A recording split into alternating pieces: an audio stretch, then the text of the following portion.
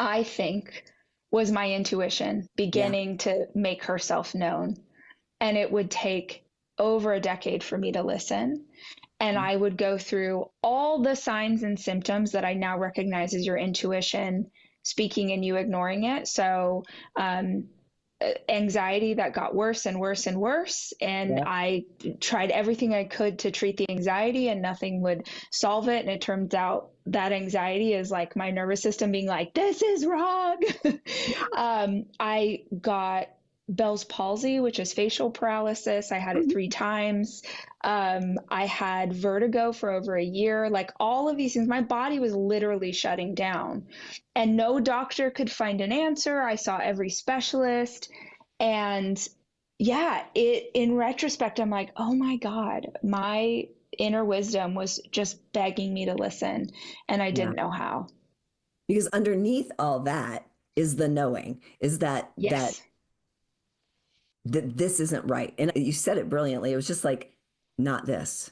I just know Yeah. this. I don't know what's on the other side. I just know Yes. this. Yes.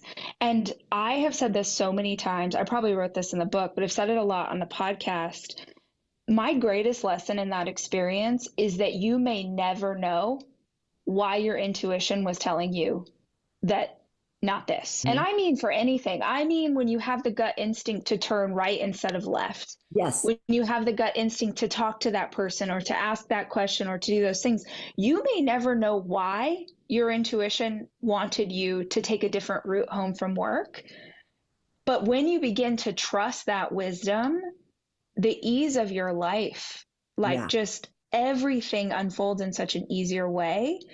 And I think it, I never, it's so hard to say, like, I never understood while I was married what my intuition picked up on. Hmm.